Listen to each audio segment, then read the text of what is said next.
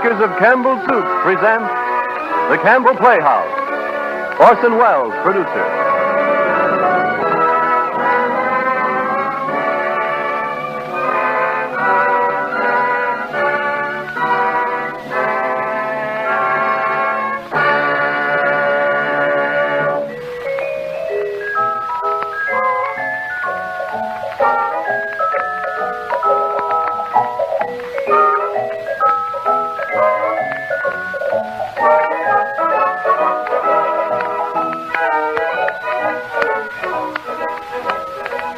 Good evening, this is Orson Welles.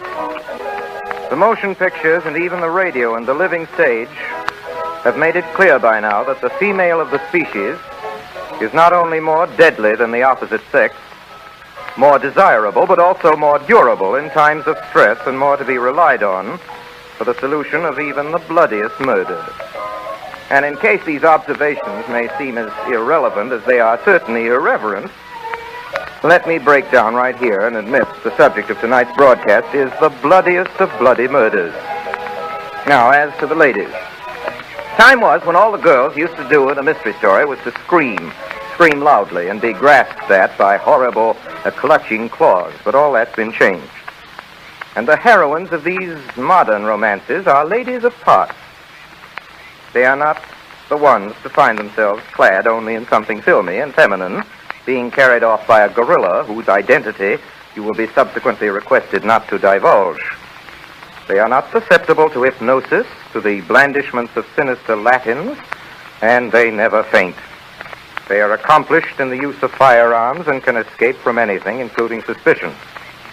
But the gentlemen, I am sorry to say, have degenerated in our new fiction into a pretty pathetic low among human things.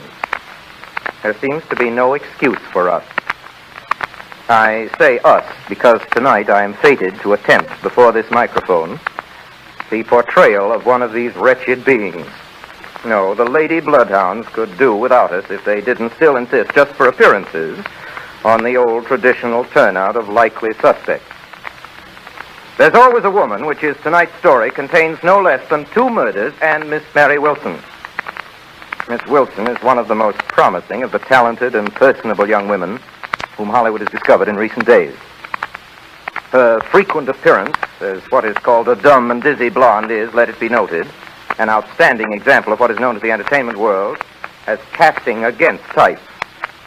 In There's Always a Woman, Miss Wilson demonstrates again that dumbness and dizziness can be surface disguises of infinite resources and a far-seeing purpose. But before our story of the evening, Mr. Ernest Chappell has a question to ask us, the answer to which I'm pretty sure will be unanimous. Mr. Chappell? Thank you, Orson Welles. And ladies and gentlemen, the question is simply this. What one soup would you say most deserves to be called a family standby? As Orson Welles suggested, I'm pretty sure of your answer. Isn't it vegetable soup? Bowls of homemade vegetable soup, I imagine, are among the very earliest memories of nearly all of us.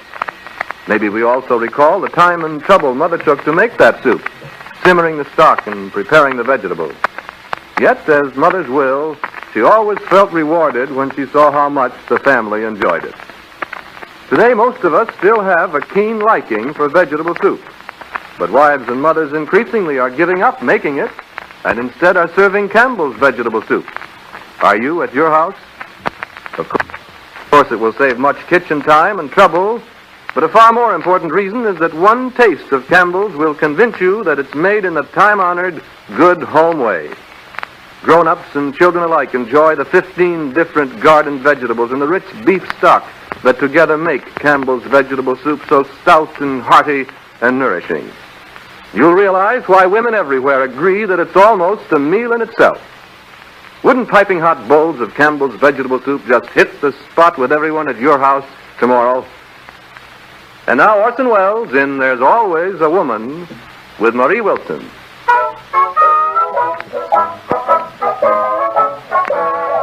Statement to William H. Reardon for 3 months' rent. Due $375. Unless this bill is paid in on before the 1st, the undersigned reserve the right to re-rent the premises. Signed, Frank F. Carter. Oh, Bill, what are we going to do? I know what I'm going to do. I'm going to get my old job back. Hello? Is this the district attorney's office? Oh, district no, attorney Bill, there? no. Shut up. This is Bill Reardon. Oh, hello, Joe. When'll he be in? Half an hour? Thanks. Oh, Bill, where's your pride? I just swallowed it. It's the only thing you can swallow on credit. Come on, Sally. We'll go down and see the DA together. You can make up your mind your husband is just too dumb to make a go of this detective business. Not me. I'm going to carry on here. All right, you carry on, but make sure to get out of here by the first of the month, unless you want Mr. Carter to re-rent you, too. Well, I hope you don't get the job. If I don't, there's a cute little bench in Central Park where we can spend the summer. Oh, Bill. And don't be too sure of that bench. It's first come, first served in Central Park.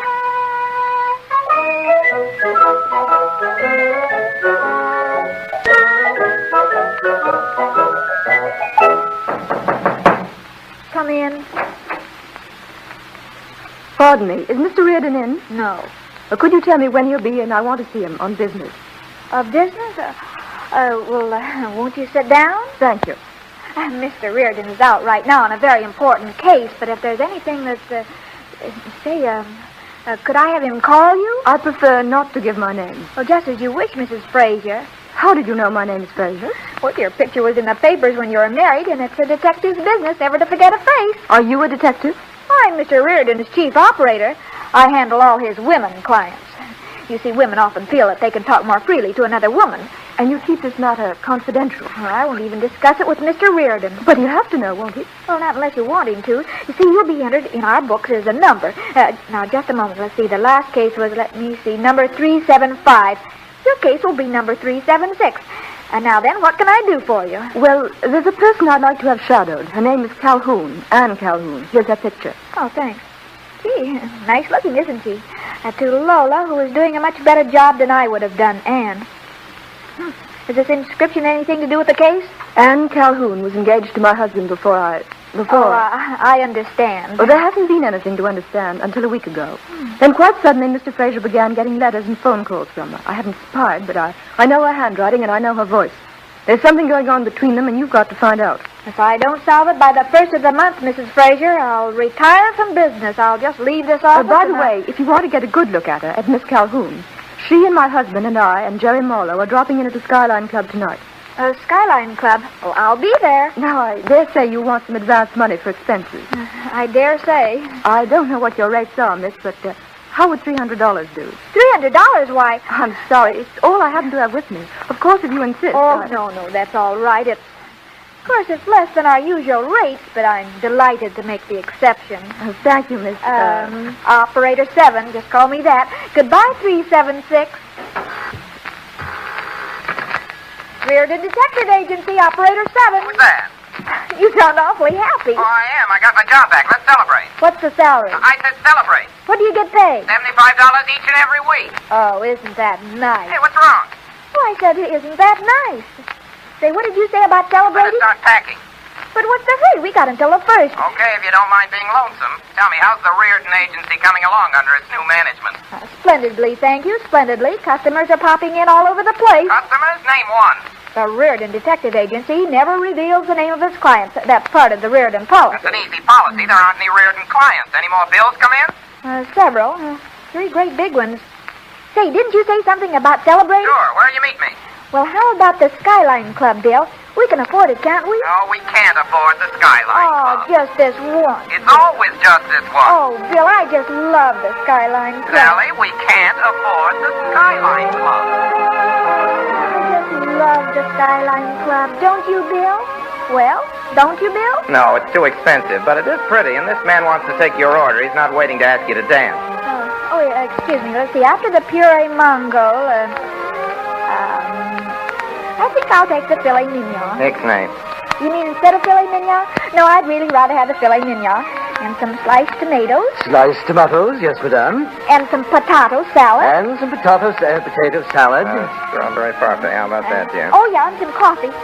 Does strawberries go with martinis? Madame will find out. Too sweet, madame. And you, Monsieur A Reardon? small glass of water and the hard roll. Toasted? If you insist. With the regular dinner, sir? If you insist. Any wine, sir? No, thanks, sir. I mean, no. Now, wait a minute. I might want some. Why don't you ask? No wine, waiter, and make it quick. Very good, monsieur.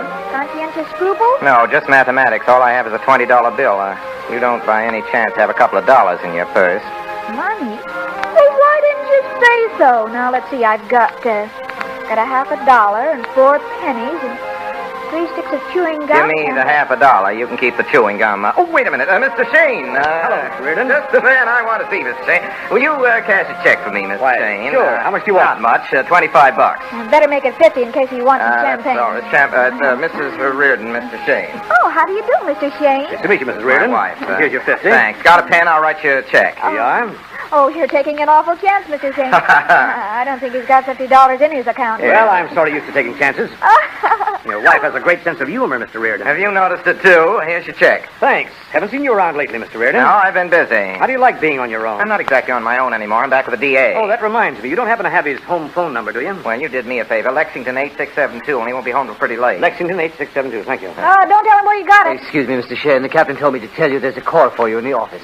Excuse me, folks. Oh, certainly, Mr. I'll probably see you around later. Oh, sure. Bye. Nice personality. Yes, most gamblers have. Gambler? I thought you said he owned this place. Well, he also happens to own the casino across the river. Why couldn't I have married a man like that instead of a prohibitionist?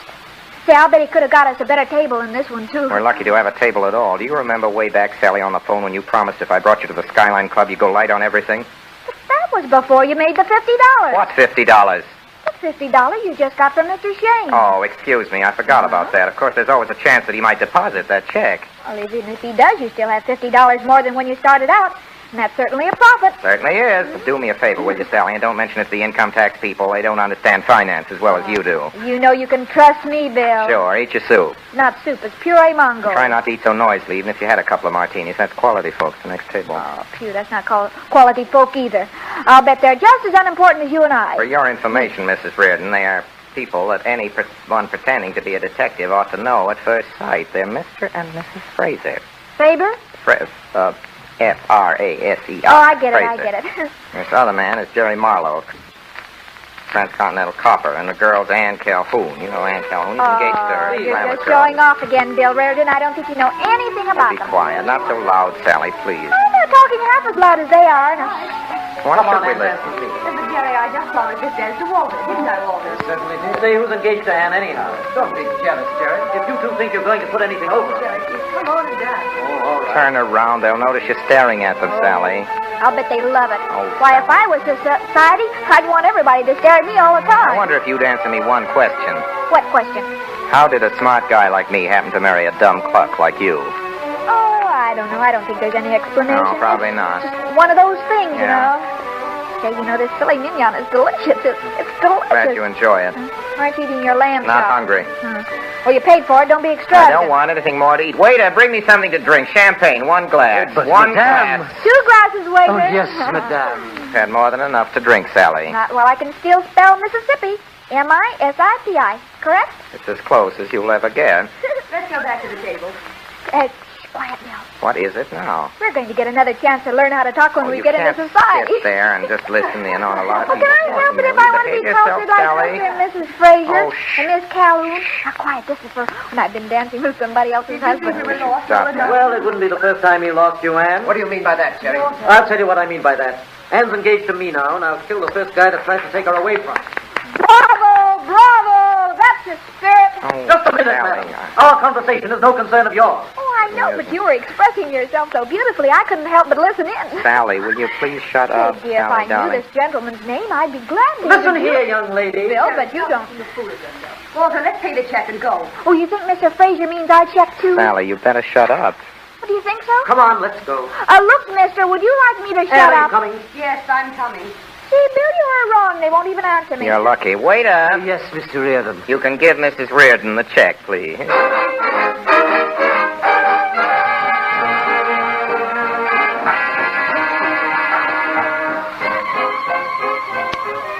Hello? Daily Bulletin. Is it true what it says here in your paper? I beg pardon?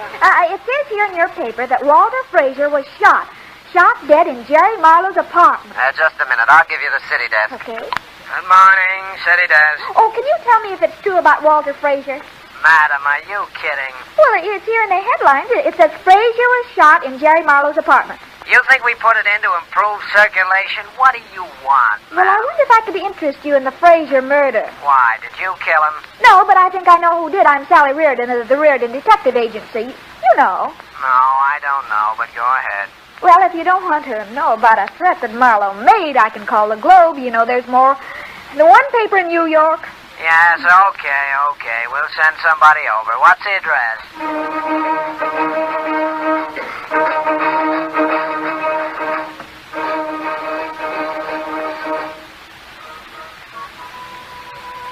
Now, take it easy, Marlowe. I don't want to take it easy. And you're a fine lawyer, I must say. Take it easy. Can't you read? Marlowe guilty, says blonde investigator. Why should I hire anybody who says that? To make us stop saying That's that. bribery, Mr. Kettling. I don't want any part of it. You made the threat, didn't you? Yes, I made the threat, but I didn't kill him. That's important, too. Not as important as you think. The important thing is to make sure you're not convicted. Mrs. Reardon is here, Mr. Kettling. Good. Send her right in. And you be nice to her, Jerry. To a nice where I'd like to kill her. You keep on talking about liking to kill people, and you'll be a suspect in every murder trial in New York. This way, Mrs. Reardon. Oh, how do you do, Mrs. Reardon? Oh, are you Mr. Ketterling? You know Mr. Marlowe, don't you? Oh, well, we met last night, didn't How do we? you do? Well, maybe we didn't meet, but we spoke. Mrs. Reardon, I've explained to Mr. Marlowe that you've agreed to do some investigating for us. Well, you understand, Mr. Marlowe, we're very busy down at the office just now, but this was such an interesting case, I felt I couldn't afford to turn it down. That's very generous of you, Mrs. Reardon. Don't you think so, Jerry? Yes, very generous, very generous. Yes, Mr. Ketterling and I agreed upon $200 a week in expenses, didn't we, Mr. Ketterling? That's right, and here's your check, Mrs. Wait a Reardon. minute. Mrs. Reardon, how are you going to fix that newspaper story? Oh, that. Excuse me for waving this check in your face, Mr. Marlowe, but I want the ink to dry. Hello? Daily Bulletin. Give me the city desk. City desk. Good morning. Hello, this is Mrs. Reardon. Uh-huh. I've got a new story for you. Got your pencil ready? Ready? All right. A Marlowe innocent, says blonde investigator. Make up your mind, lady. Well, I know I said he was guilty, but just this minute I picked up some new evidence. And I hope it doesn't bounce.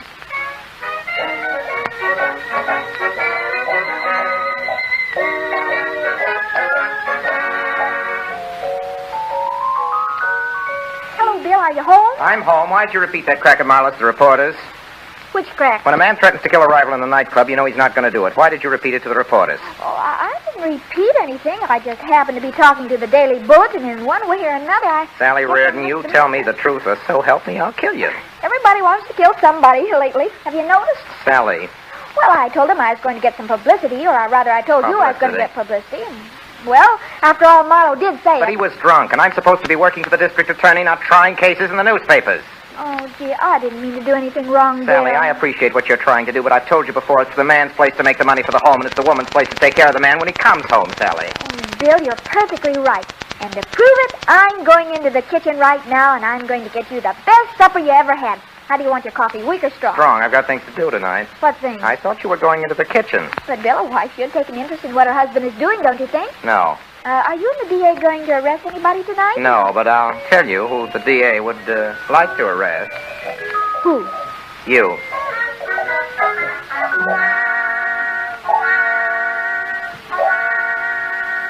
Mr. Marlowe, you're not going to get anywhere by trying to oppose us. What the DA wants is the truth. If you're smart, you'll cooperate with us. You'll all cooperate with us. Good morning, Mr. Reardon. Mrs. Fraser, you know District Attorney, Mr. Evans, I think. How do you do, Mrs. Fraser? We're sorry, of course, to trouble you at a time like this, but it can't be I helped. can do it. Oh, Jack. We want to know exactly where in this apartment each person was when the shot was fired. How about you, Miss Calhoun? I was in the kitchen mixing a drink. Yes. Where was Mr. Fraser? I don't know. I'm sure he was in the living room. Is it true that you were once engaged to Mr. Fraser, Miss Calhoun? Yes, I was. And now you're engaged to Mr. Marlowe? Yes, I am. And what of it? Nothing, Mr. Marlowe. They may have to dig into some of these relationships. You're just trying to make a that's lot of all. talk. That'll do you. Where were you, Mrs. Fraser, when the shot was fired? I was in the library. I was reaching for the phone. Where were you, Marlowe? Well, to tell the truth, I'd had a couple of drinks. I couldn't swear where I was. Why, Jerry, you were in the kitchen with me. But, Jerry, I thought... Yes, Mrs. Fraser? Oh, nothing. You were about to say something. Jerry had just walked me through the living room to show me where the phone was.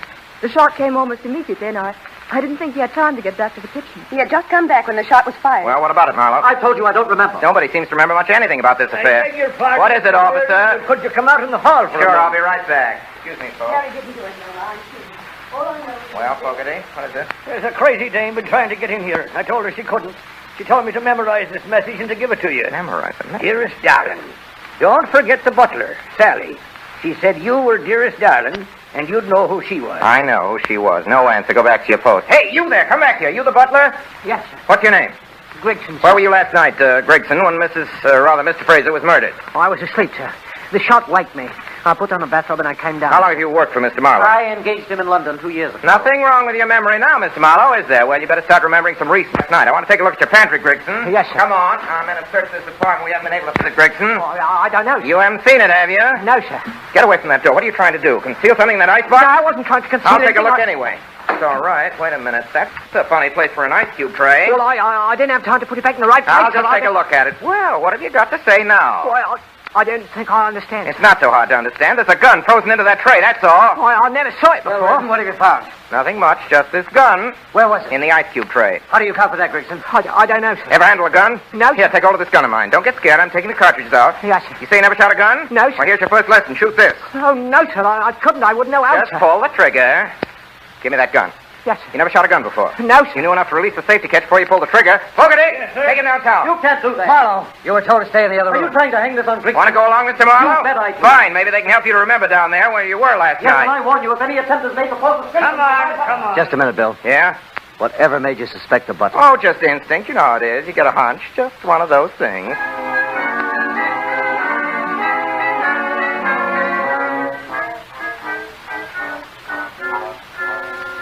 Sorry, miss. Mr. Turner's busy. Well, will you please tell him that Mrs. Reardon is here? I'm sorry, you'll have to wait. You'll have a chair, please. Why, how do you do, Mr. Reardon? Oh, Mr. Shane, fancy meeting you here. Can I sit next to you? I wish you would. Tell me, Mr. Shane, what is a high-class restaurant owner doing in the district attorney's office, if I may ask? Oh, I get around. Say, I hope you aren't here to complain about my husband's check. No, that hasn't bounced yet. What might you be doing in the district attorney's office, if I may ask, Mrs. Reardon? Some new clues on the Fraser murder? How did you know? Oh, I've been following you. You've been following me. In the papers. Oh. As I understand it, you no longer think Jerry Marlowe is guilty. Oh, no. That first story I gave out was just a red herring. Suspect the butler? Oh, no, it's never the butler. When you've when you've handled as many detective cases as I have, you know it's never the butler. Oh, they always look guilty, but it turns out they never are. They found the gun on him. Oh, they always do. That's just to throw you off the track. Now, no, there's just one clue that may be worth... Mr. Shane, maybe you can help me. I'd appreciate the opportunity. Just what was in that envelope that Anne Calhoun gave you the other night? Envelope that Anne Calhoun gave me? The night I was in the Skyline Club with my husband. I don't know what you're talking about. Jane. Yeah, hello, Mr. Evans. Jane, I'm sorry, but I won't have time to see you. When I called you the other night, you said to be sure and drop in. Yes, this I morning. know, but that was before this Fraser case turned up. Come in and see me next week sometime. All right, I'll call you when I'm ready for you. Okay. Goodbye, Mr. Reardon. Goodbye, Mr. Shane. Think it over.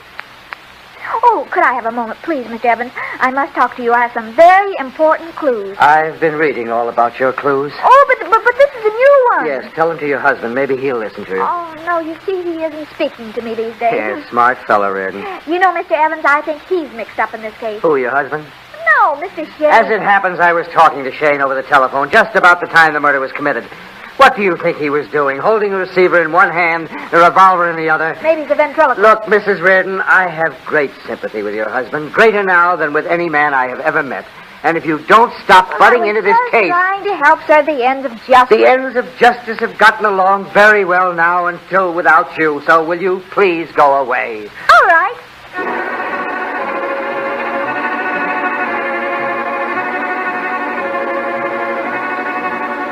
Grigson, if you've got any sense at all, you stop pretending you're dumb. We've been here for 3 hours talking to you, and we're prepared to stay for 30. It's up to you. I don't know anything, Mr. How did that Reardon. gun get into your pantry, Grigson? I don't know. How did that gun happen to have your fingerprint? I don't know. You can't pin this On thing the on me. 2nd of this month, you went to a pawn shop located at 374 Hillcrest Drive, Newark. No. You bought a revolver there for $15. No, I didn't. Pawnbrokers identified you from your photograph. I don't Before believe you it. bought the revolver, Grigson, you examined several rifles. No, I didn't. He tried to sell me I a thought rifle, you'd but... walk into that, Grigson. Well, I bought the gun for Mr. Marlowe. Marlowe sent you to a pawn shop. No. He gave me $20 to go and He buy gave a you gun. $20 to buy a gun, and you bought one for $15. Chiseled him out of $5. Well, I hid the gun for him. Oh, didn't I? you did hide the gun. Oh, after I bought the gun, Mr. Marlowe kept it in a drawer in his room. About a week ago, the gun was missing. Did you speak to Marlowe about it? No, I didn't think it was any of my business. Go on. Well, when the shot was fired, I put on my bathrobe and I rushed down. Fraser's body was lying on the floor. A woman was screaming. Yes, Mr. tell Marlowe. us about that. Tell us about Mr. Marlowe. Well, he was trying to quiet the ladies. Mrs. Fraser and Miss Calhoun. I saw a gun lying by the French window. The gun you bought at the pawn shop. Yes. I picked it up and I slipped it in my bathrobe and I hid it in the pantry. Marlowe told you to hide it. No. What did he say when you told him where it was? I didn't You tell him. expect us to believe that? I don't care what you believe. It's the truth. Mr. Marlowe, I read you the statement we got from Grigson. What have you got to say about it? All right. I did have Grigson buy a gun. What of it? The gun disappeared about a week The ago. gun just walked out of your desk. I don't know what happened to it. Did you ask Grigson about it? No. And when I saw it was missing, I was glad. Why were you glad, Mr. Marlowe? I was afraid I might use it on Fraser. You bought it to use on Fraser, didn't you? Yes. Why? Because he was up to something with Anne. With Miss Calhoun, I mean. She's been worried to death about something, and she's been writing. How do you know she was writing to him? I was with him in his apartment one day when a maid brought his mail in. I know Anne's handwriting. He didn't open the letter. He just looked confused and slipped it into his pocket. Any idea what it was all about? No, she denied everything, and he lied. I was going crazy. I'd have killed him all right. I'm sorry I didn't. Cheer up, Marlowe. Maybe we can prove you did.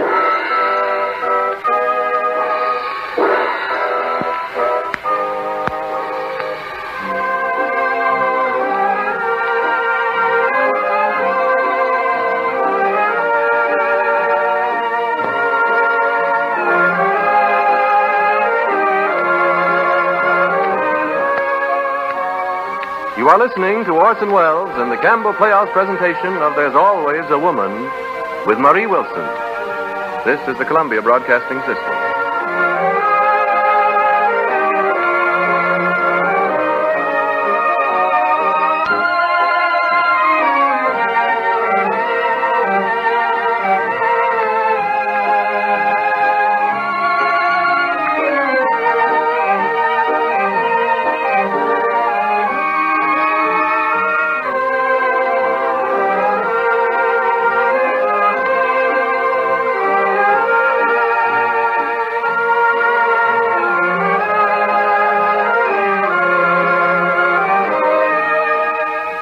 This is Ernest Chappell, ladies and gentlemen, welcoming you back to the Campbell Playhouse. In a moment, we shall resume our presentation of There's Always a Woman. But first, as we all realize, in a very few days now, the Christmas holidays will be upon us. And with the children home for vacation, we usher in the happiest and the busiest season of the year. Perhaps the busiest person of all in every home will be Mother. There'll be entertaining, dinners to be given, gay parties for the young people, possibly relatives staying over. And the task of planning, preparing, and carrying through this round of Yuletide activities will, of course, fall mainly upon Mother as the heart and center of the home. Among these tasks of hers, none will loom larger, probably, than the planning of meals. And so I'd like to remind every mother listening tonight of the part that well-chosen soups can play in holiday menus. Apart from the wholesome nourishment you know good soup provides for everyone, not forgetting the children, you'll be delighted to see how the serving of a tempting soup can dress up even your simplest meal. Give it a really festive touch. During the holidays just ahead, I'm sure you'll want to serve Campbell's soups often for their fine, home-like flavor and for the real help they can give you in meal planning these busy days. And now Orson Welles resumes our Campbell Playhouse presentation of There's Always a Woman with Marie Wilson. Thank you, Mr. Chappell, and we'll proceed in just a minute. But before we do, who killed Walter Fraser? Did you do it, Mr. Welles? Well, that isn't fair. I'm the detective, but you never know. How about Marie Wilson? Sally? Mr. Chappell, you're speaking of my wife, but she knows more than she's telling, or she's telling more than she knows. Why, Bill, I never knew you cared. In fact, I think there's less to Miss Wilson than meets the eye. Well, how about me? Who are you? You know perfectly well, Orson Welles. I'm Ray Collins, heavily disguised as Nicky Shane, a gambler, and I'd like to know what Grigson the butler was doing with Marlowe's revolver in the ice cube tray. Everett Sloan, you're playing Grigson. Now, just a minute, Ray. I must warn you, Everett Sloan, that anything you say will be held against Grigson. Well, I don't want to name any names, but the gun belongs to Edgar Barrier, who's playing Marlowe. Yes, but I don't keep my guns on ice. Shall we suspect the ladies? You can't bounder. That was Mary Taylor and Georgia Backus in the order of their appearance. Mary Taylor plays Lola, the first client of the Reardon Detective Agency, the wife of the murdered man. And Georgia Backus plays Anne Calhoun, who was engaged to the murdered man and who is now, interestingly enough, engaged to Mr. Marlowe. I object. This is irrelevant. Name, please? Frank Reddick. Never mind the billing, Frank. Okay, I'm playing your boss, the district attorney, and I'll thank you to get on with the case. Remember, please, that a murder has been committed. That's right. There's another member in the cast, Mr. Richard Wilson. I'm sorry, Mr. Welles. I'm Walter Fraser. I can't step out of character. I'm dead. I think this has gone far enough.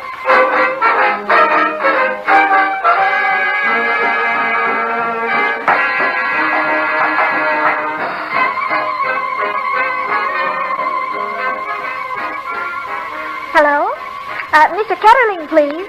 Oh, hello, Mr. Ketterling. Oh, I've marvelous news for you. I tried to get you earlier, and then later I was out myself shopping. I just got in this minute. The good news, well, it's not exactly good. I mean, well, it looks pretty bad for our client, poor Mr. Marlowe. Yes, but don't you worry. I have a plan if I can get rid of my husband. I'm starting out at 8 o'clock, and... No, I can't tell you yet. Well, because I'm not quite sure what the plan is. Goodbye, Mr. Ketterling. All right, you dirty little double-crosser. You heard the phone call? I heard part of it. I wasn't interested much. Oh, you weren't interested much. No, after a man has discovered his wife is double-crossing him, nothing she can say can interest him. And besides, the man at headquarters is listening in and taking down the full conversation. You mean these wires are tapped? In a way. Then you know everything? No, I'm not that good, but I do know that Ketterling and Marlowe have hired you. How did you find that out? I'm the smartest detective in town. You told me so yourself once. Of course, that was before you thought you were the smartest detective in town. Anyhow, I got some clients. Yes, you got one client, a potential murderer. Is that so? To me, the most convincing proof that Marlowe was guilty is that he hired you. Only a desperate man would do that. But he's not guilty. That's your story, and you're being paid to think it. He had his man buy a gun in order to kill Frazier, and Frazier was killed. That adds up, doesn't it? No, it doesn't add up. The gun was stolen from him a week ago. Can you prove that? No. But I'm going to. You haven't got a chance. Well, if I do, will you admit that I'm a better man than you are or am? Well, anyway, just as good. You bet. I know when I'm licked. Well, I must be running along. I suppose I ought to warn you that wherever you go tonight, you'll probably be shadowed by one of my men. Oh, that's not fair, Bill. All fair in love and war. See, this is war in a way, isn't it? But it's love, too, I guess, or I'd have divorced you long ago. So long, dear. Oh, so long. No, as a matter of fact, I'm going out, too. Oh, Bill. Yeah? Doesn't this remind you of the Civil War stories, you know, where the northern captain falls in love with the beautiful southern spy? A little. Oh, and when you get back home, if you're not too tired, dear, I wish you'd go through my dresser and look over my socks. I think some of them need mending. Oh, that's what I like about you, Bill. You're so romantic.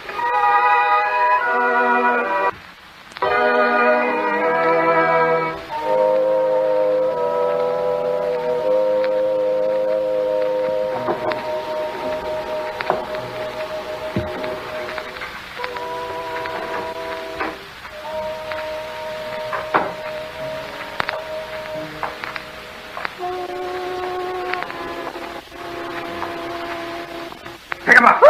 One move and I'll fuck you. Diego, I didn't know anybody else was here. You'll ever leave this room alive. Oh, I'm married to the greatest detective in the whole world, and he'll track you down to the end of the earth. You don't mean Bill Reardon. Oh, Bill. Yeah, I was never so glad to see anybody in my whole life. Lucky for you I was here. That fellow would have plugged you. Ooh, my legs are shaking. I was really scared. I'm glad you had that much sense. What are you doing here in Mrs. Fraser's apartment? Same thing you are, looking for clues. Sally, you're starting to get silly. Why don't you go home and mend those socks I told you about? Might as well do our searching together. If you find a clue, you tell me, and if I find a clue... I know. If you find a clue, you tell the newspapers. Well, why don't you answer it? You're crazy. All right, I'll answer Hey, it. come here. Hey, let go of my wrist. You nitwit. I think you would have answered it. Well, it might be a clue now. We'll never know who was calling. That's right. Now, whoever was calling thinks this apartment is empty. I've got a hunch that's why the call was made. I never thought of that, Bill. Sure. Now, from now on, every time I hear a phone ring, that's the first thing I'll suspect. You talk too much. Oh, this is Mrs. Fraser's dresser, all right. Look, Bill. Her stockings aren't any better than mine. Are you searching or are you sightseeing? Look at that perfume. Isn't it lovely? That's lovely. That's the kind she wears, all right. Wonder what it is. Embarrassment number 5. Oh, buy some for me for my birthday, will you, Bill? It's only $25 an Will ounce. you stop drenching yourself in that perfume, you little thief? All right. Hey, where are you going? Going back in the living room. Well, I'll stay here. I'm going to take a crack at that wall safe. I'll bet there's a lot of clues in it. Suit yourself. Take a crack at the wall safe. You never open it. 3, 69, Never open a wall safe. 90, 100, 101, 200. Hey, what's that? It's a radio. Hey, well, turn it off, you idiot. Oh, radio. I thought it was a wall safe. The radio. I almost feel sorry for Marlowe having to work for him. Well, anybody can make a mistake. Not as many mistakes as you make, I promise. What's that? He's trying to get in. Have that light quick. Yes, Get back these curtains. Come on.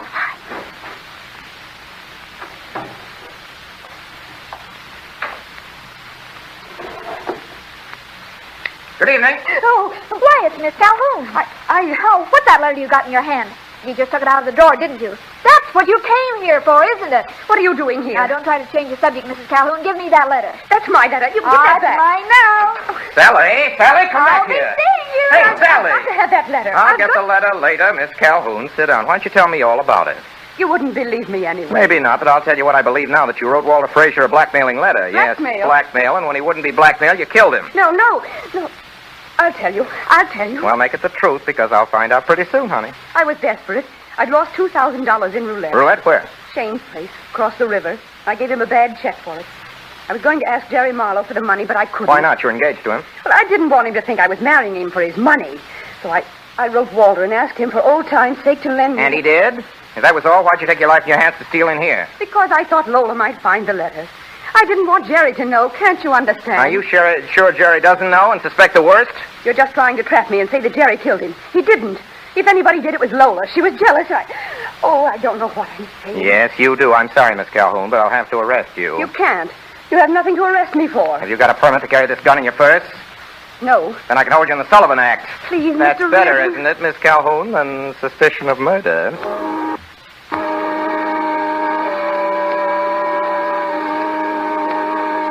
Hello?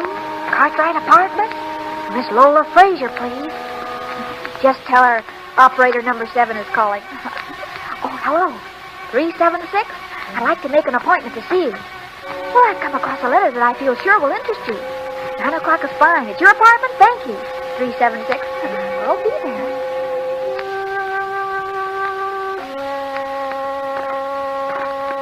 Drummond. Yeah, Bill? I had a dictograph put into Mrs. Frazier's apartment early this morning. Well, She's I talking did. to somebody right now. Now, listen. All right. There it is. Why don't you go? Because we still haven't decided when I get See? $50,000. How's that? Yeah, a little higher. All right. There we The are. question is, will you pay me then? You know I'll pay You know who that sure man I'll is? get my money. I haven't the slightest Police idea. have found out Good. that your husband was writing out checks to Ann Calhoun, and that you knew about it, Yes, Lola. I did. They might go so far as to suspect you. I've got a hunch. If they ever found out that I knew you and that I left you to marry Wait. Walter, they might I'll tell even you. suspect you. Baby? What are you sticking around here for? She'll be here any minute. Who will? That Reardon girl. She called up and said she wanted to see me here tonight. What's your step, Lola? Don't say a I thing. know that voice. Because even if you say hello to her, that dame thinks she has a clue. The wrong clue, but a clue. You better go out Like the you back to way. keep it She to might yourself. recognize you. Okay. So long, Lola. I wish I could place that voice. So do I. Wherever he is, certainly knows my wife, and I think I know. Hey, what's must be the telephone? Good go evening, on, go Mrs. on. Frazier. Oh, there she is. That's Yeah. her. Mm-hmm. Yes, a letter from Ann Calhoun to your husband. Al I finally found Calhoun. out that I'm ashamed now I ever suspected it. I want to forget all that. Oh, but this is a clue. Why, But it's a letter will you begging listen? your husband for money, but between the lines, it's really very threatening. Look, it's practically blackmailing. Now, of course, if you have to know how to read it. the girl's got If it means not finding the murderer, I'd rather not do that than have anything cheap come out about Walter. Oh, you have a right to feel that way, but... Wish well, you'd go read it for home. yourself. I don't care to read it, Mrs. Reardon, but I do care to do this. What's that? You have no right to That's destroy the that child, letter, that's the Mrs. thing. Frazier. Sorry, Okay. Mrs. Reardon, but I won't have any slurs on my husband's memory. Don't you want your She husband gets the avenged? pieces. Yes, I do want Yeah. Walter avenged. But I don't want his Did you name hear dragged that? in the mud. It just means I've got to find another clue, that's all. But don't you worry, Mrs. Frazier, I get one every minute. She gets Thank one you. every Oh, minute. you Quiet or I'll very fire good. you. Ah, I knew you'd have one. I felt sure you'd. If I tell you, will you promise never to reveal where you heard it? Why, 376, you can trust me. Well, when I went to that phone over there, just before the shot was fired that night, I heard someone on the line. Did you get there? Yeah. Wrong number? Oh, no. Somebody was talking in this apartment on the extension phone. Someone was talking on the phone. You mean in this apartment? Yes. But there was nobody in here except you, 4, and the butler. Oh, the Yeah. butler. I knew Yes, it the was the butler butler. all the time. It wasn't the butler. I know his voice. Well, then who was it? I don't know. Oh. But I do know who he was talking to, and I do know what he was talking about. Wait a minute. That wire doesn't belong under those drapes, does it? What wire? Oh, I know you don't think I'm much of a detective, That's but us. I am, Mrs. Frazier. And Our that's the wire. dictaphone. That's Somebody's fine. been listening Got to it. you. The district attorney's office, Yes, probably. the district Look, I'll attorney's just office. rip it out, Yes, and then don't you can rip tell it. all I hear this you, to Bill. me alone. There it goes. Well, what do you know about that? Just as we were about to find out who it was that talked Bill. on that. Yeah. Your wife is either the smartest woman or the biggest fool in America. She could be both. In fact, I think she is both.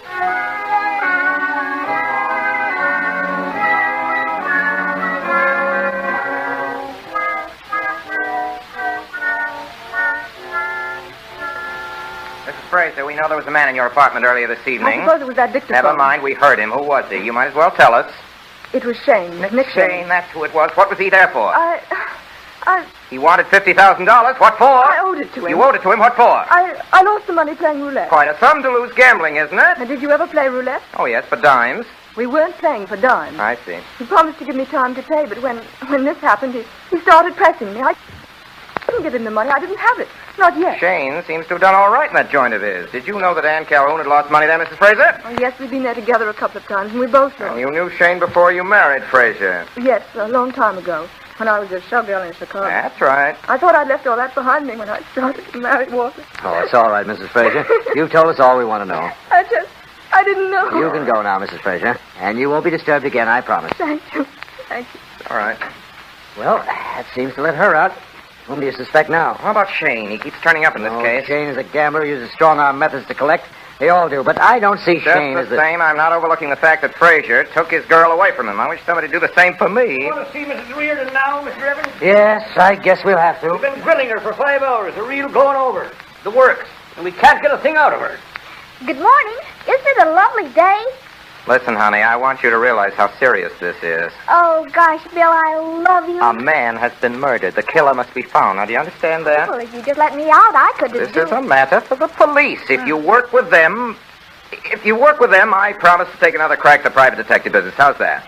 Well, cross your heart? Well, I hadn't expected to promise as strong as that. But all right, cross my heart. Now then, what did Mrs. Fraser tell you after you ripped out that dictaphone?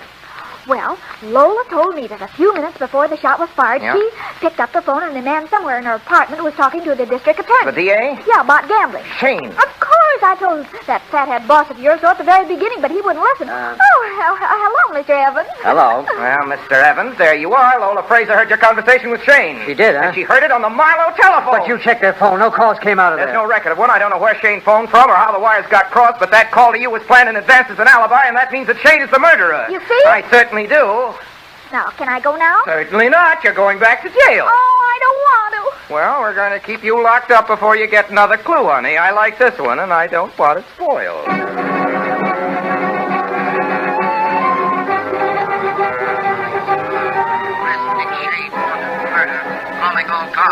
Arrest Nick Shane, wanted for murder.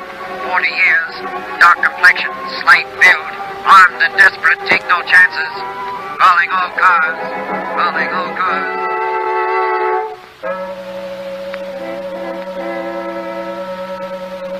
I've got to get out of here. I phoned my lawyer. Why doesn't he do something? Sometimes your lawyer can't get here right away, dearie. I've been here in this jail 4 months waiting for my lawyer. But I've got a job to do. I'll beat them on this case if I have to burn for it. The nerve, putting me in jail so he can solve the case on my clue. What are you in for, dearie? For a murder that I'm going to commit.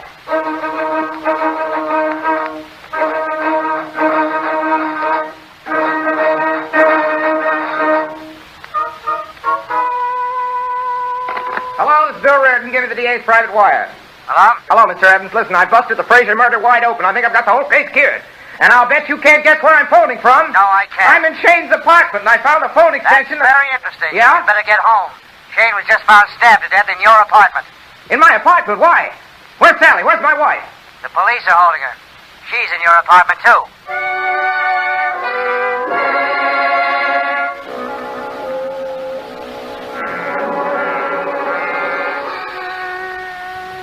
Well, it looks tough, Mrs. Reardon. Your cellmate down at the jail tells them you said you'd get someone or other if you had to burn for it. She always just kidding, officer. Well, that's no way to kid. Whew, say, is all that perfume on you? No, it was on Shane. The place was just reeking with it when I came in. I'll say it was reeking. Where are you going? Gee, I'm awful weak in my knees. All right, so you're awfully weak in your knees. Well, there's some smelling salts in the bathroom. I can go in alone, can't I? Well, I guess so. You guess so? Hey there, you can't do that.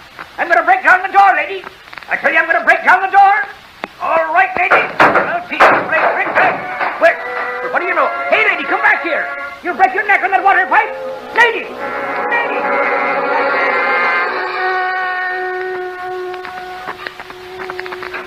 Hello, Mrs. Fraser. Why did you kill Nick Shane? What? You're crazy. You don't seem very surprised that he's dead. Well, I'm not, as a matter of fact. Aren't you going to ask me in? You aren't surprised. Well, people were afraid of him and hated him. Well, I'm coming in. You feared and hated him too, didn't you, Mrs. Fraser? Yes, I did, but I didn't kill him. Maybe not, but did you ever see this handkerchief before? Where did you get that? I'm sorry, Mrs. Fraser. I found it beside his body. All right. I killed him. I'm not afraid now. Well, there's nothing to be afraid of. Can I use the phone? Yes. Thanks. Oh, don't worry. We'll plead the unwritten law. Say, what is the unwritten law?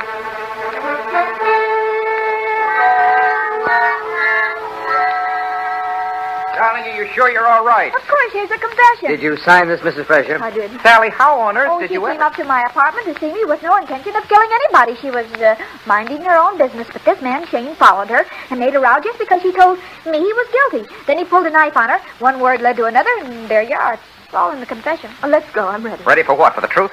Oh, Bill, darling, I just told I know you just told me. Now I'll tell you. Walter Fraser wanted a divorce. His lawyer will swear to that. Mrs. Fraser wasn't satisfied with the settlement he offered, much less than a widow would receive. Mrs. Fraser, you offered Shane $50,000 to kill your husband. That was a gambling. Yes. The books show that you never lost more than $200 at roulette. Shane shot your husband standing on the window ledge outside your library. Shot him in the back while you were talking to him. The others were in the kitchen. 2 days ago, Shane started pressing you for the money, threatening you. You began to realize the $50,000 had only been the beginning. You killed Nick Shane deliberately. It was premeditated murder. No. He had a knife. He found out somehow that I told him about the phone call. His alibi. I had to kill him. All right, take her out, Fogarty. Take her out. Come along now. Come along now. What a client. Congratulations. And now, Mrs. Reardon, if you don't mind telling me, how did you ever suspect her? Come on, let's have it, Sally. Well, when I got home, the apartment was still full of her perfume, and then when I accused her and she didn't ask any questions, how he was killed or when, well, I just knew she'd done it. And you got a confession out of her with no more to go on than that? Well, I pretended I'd found her handkerchief beside the body. Where did you find it? In her purse. I resign. From now on, Mr. Evans, I'm her office boy.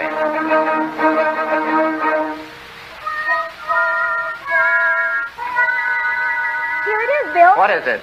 The inside story of the Fraser case, or Secrets of a Girl Detective. Who wrote it? Me, I did. What for? for $500. We're going to put it on the radio. Give it here. Oh, you're tearing it up. I certainly am. All right. What's $500 to us anyway? $500, no matter who says it. But Sally... Oh, but Bill, I wasn't going to give them any real inside dope.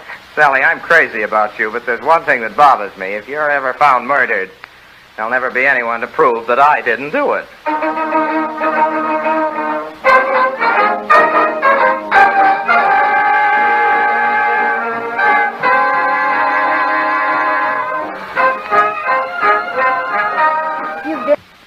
Listening to Orson Welles in the Campbell Playhouse presentation of There's Always a Woman with Marie Wilson. And in a moment, Orson Welles and his guests will be back with us. Meanwhile, I'd like to say this. Our play tonight told the story of a woman who helped her husband to success.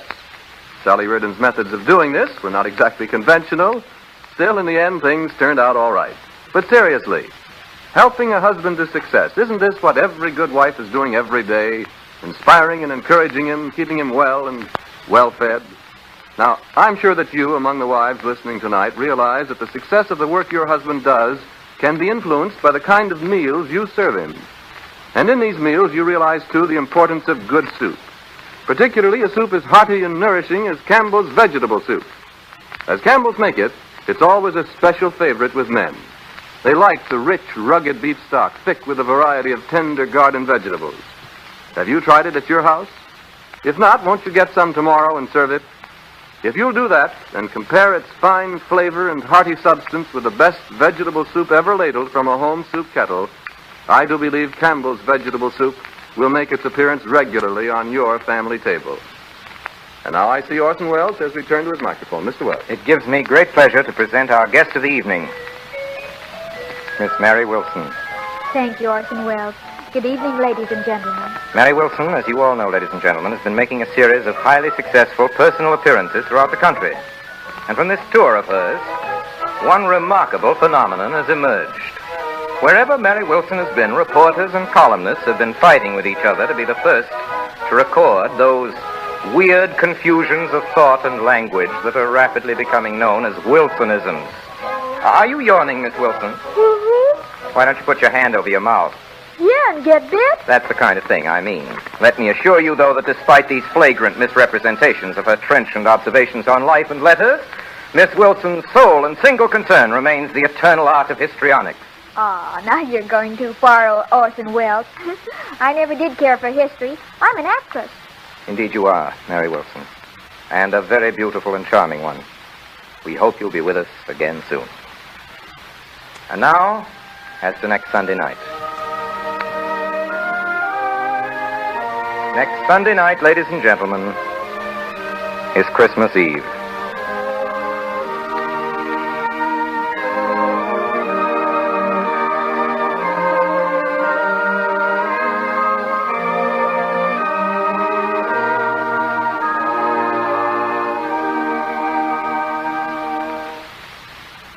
And it came to pass in those days that there went out a decree from Caesar Augustus that all the world should be taxed.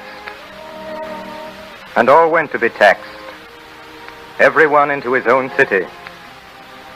And Joseph also went up from Galilee out of the city of Nazareth into Judea unto the city of David, which is called Bethlehem, to be taxed with Mary, his espoused wife, being great with child. And so it was that while they were there, the days were accomplished that she should be delivered. And she brought forth her first son, and wrapped him in swaddling clothes, and laid him in a manger, because there was no room for them in the inn. And there were in the same country shepherds abiding in the field, keeping watch over their flock by night. And lo, the angel of the Lord appeared before them, and the glory of the Lord shone round about them, and they were sore afraid. And the angel said unto them, Fear not, for behold, I bring you good tidings of great joy, which shall be to all people. For unto you is born this day in the city of David a Savior, which is Christ the Lord. And this shall be a sign unto you, you shall find the babe wrapped in swaddling clothes, lying in a manger.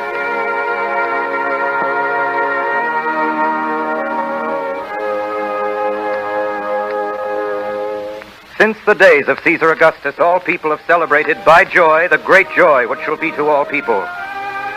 For unto us was born this day in the city of David a Savior, which is Christ the Lord. And on this day, at least in the calendar of our year, we affirm the glory of our God by the laughter of our children. Every nation, according to its character and its taste, by some gift of gaiety has enriched the tradition of this our solemnest festival.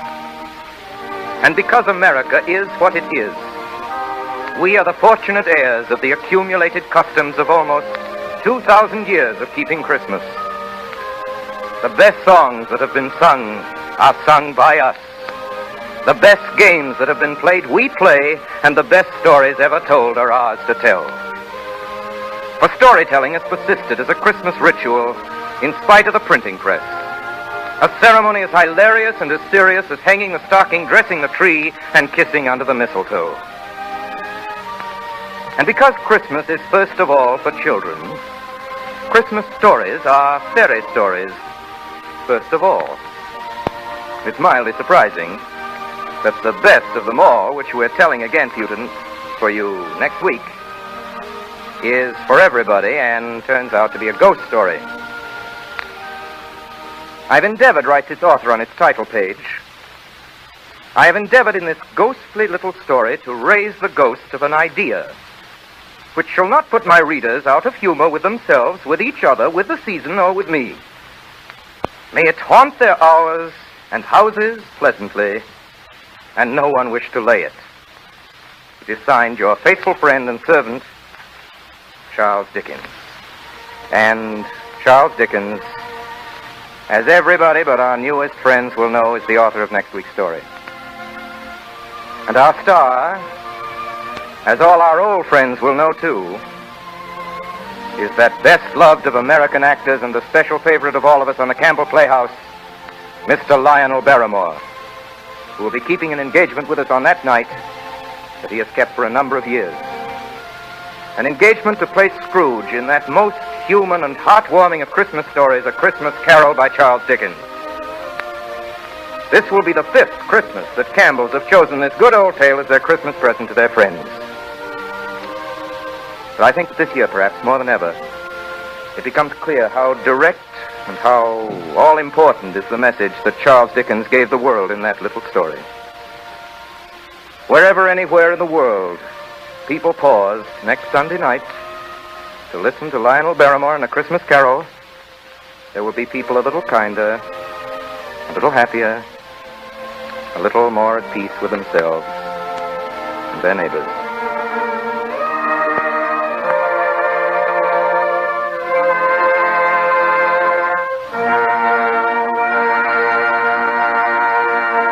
And so until then, until A Christmas Carol with Lionel Barrymore, my sponsors, the makers of Campbell Soups, and all of us here in the Campbell Playhouse remain, as always, obediently yours.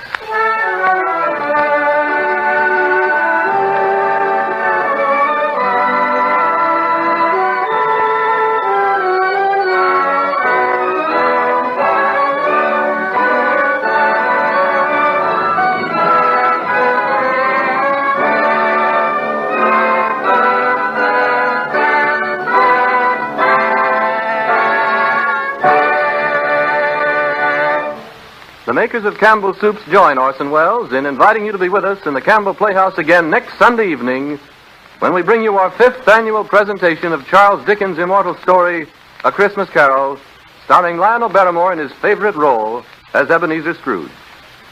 In the meantime, if you have enjoyed tonight's Playhouse presentation, won't you tell your grocer so tomorrow when you order Campbell's vegetable soup? This is Ernest Chappell saying thank you and good night. This is the Columbia Broadcasting System.